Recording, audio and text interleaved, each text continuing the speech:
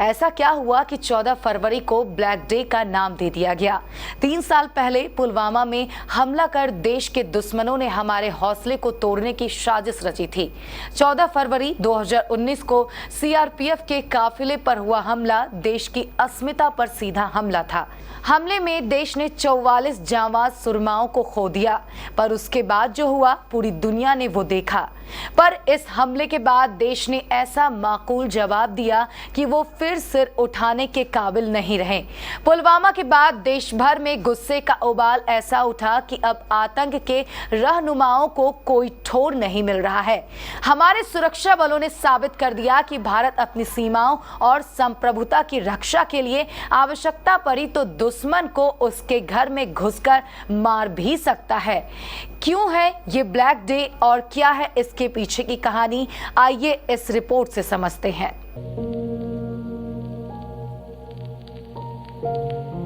सदियों से ये भारत की भूमि वीरों की भूमि के नाम से जानी जाती है, जहां देश की सुरक्षा के लिए हर सीमा पर सैनिक तैनात रहते हैं।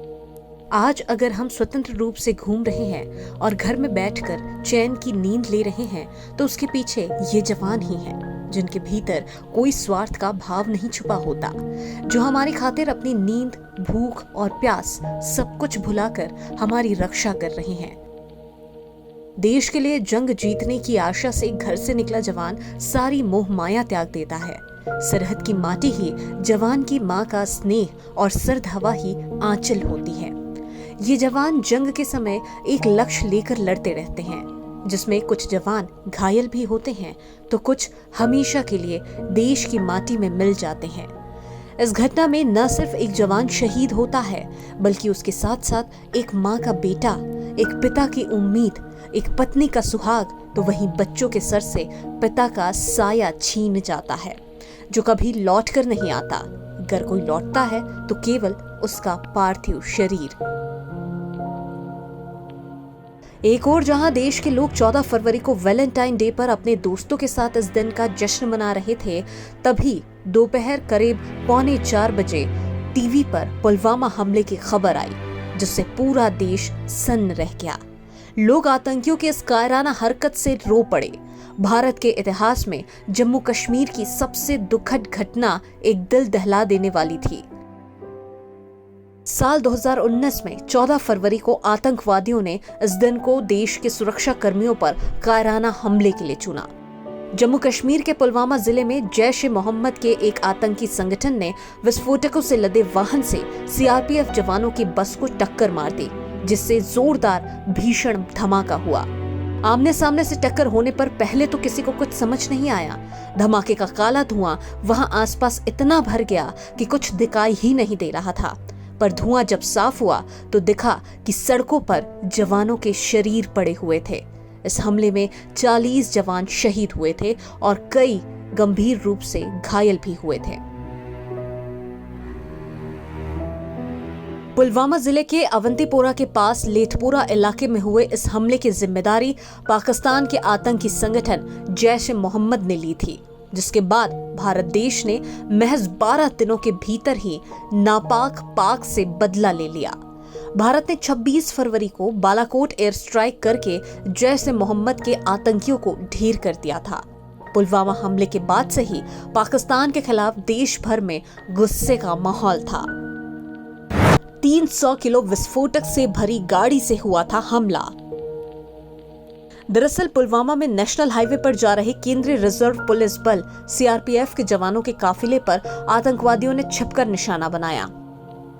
14 फरवरी 2019 के दोपहर के वक्त 300 किलो विस्फोटक से लदी गाड़ी ने सीआरपीएफ वाहन को टक्कर मारकर काफिले को उड़ा दिया। आतंकी हमले के बाद जवानों को नजदीक के आर्मी हॉस्पिटल में भर्ती कराया गया, लेकिन मौके पर ही बड़ी संख्या में जवानों ने दम तोड़ दिया।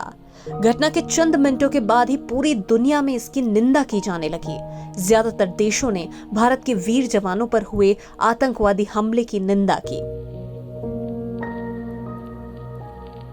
इस घटना को अंजाम देने वाले हमलावर का नाम आदिल अहमद डार था। इसके अलावा हमले में सज्जाद भट्ट, मुदस्सिर अहमद खान आदि जैसे तमाम आतंकियों के भी हाथ थे, जिसे बाद में सेना ने मौत के घाट उतार दिया। मामले की जांच राष्ट्रीय जांच एजेंसी NIA ने की, जिसमें उसने 13,500 से ज्यादा पन्नों की चार्जशीट दाखिल की। CRPF ने कहा, न माफ करेंगे और न भूलेंगे। पुलवामा आतंकी हमले के बाद देश भर में माहौल गमगीन था। भारत के वीर सपूतों को खोने के बाद लगभग हर कोई जल्द से जल्द हमले के पीछे रहने वाले आतंकियों से बदला लेना चाहता था।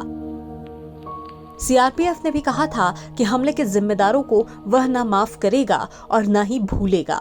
CRPF ने ट्वीट किया, न माफ करेंगे न भूलेंगे। आतंकवादी हमले के बाद प्रधानमंत्री मोदी ने शहीद जवानों को श्रद्धांजलि दी।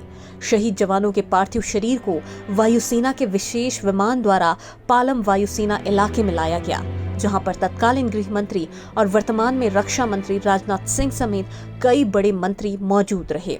शहीदों के पार्थिव शरीर को तिरंगे में लपेटा गया था। प्रधानमंत्री मोदी ने पार्थिव शरीर की परिक्रमा करते हुए शहीद जवानों को श्रद्धांजलि दी। 12 दिनों में ही भारत ने ले लिया था बदला। पुलवामा में हुए आतंकवादी हमले के बाद भारत ने सिर्फ 12 दिनों के भीतर ही इसका बदला ले लिया।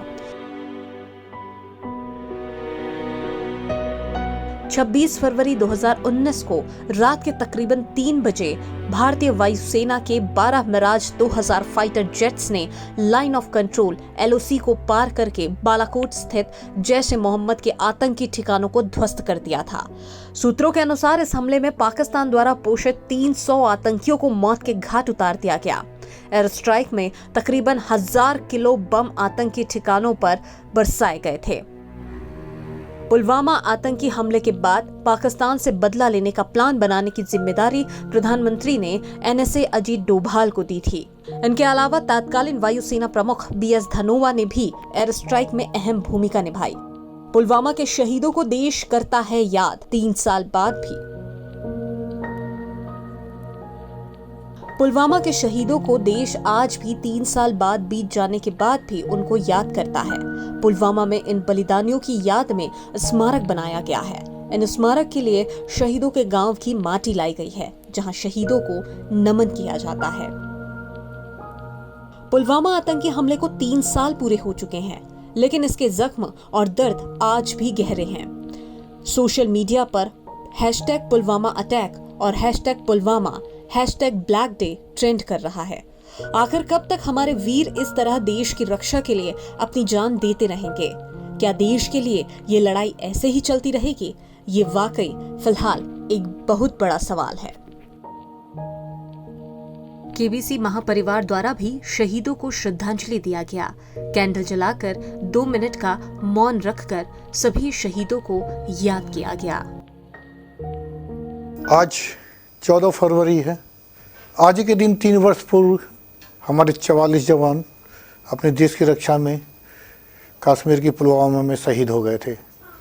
आज हम सब इकट्ठे हुए हैं उन्हें श्रद्धांजलि देने के लिए।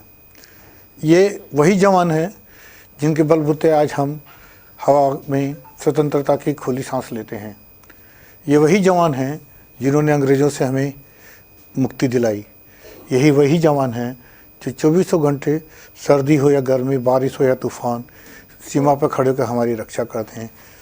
आइए हम सब मिलकर इन सभी 4400 शहीदों को श्रद्धांजलि देते हैं।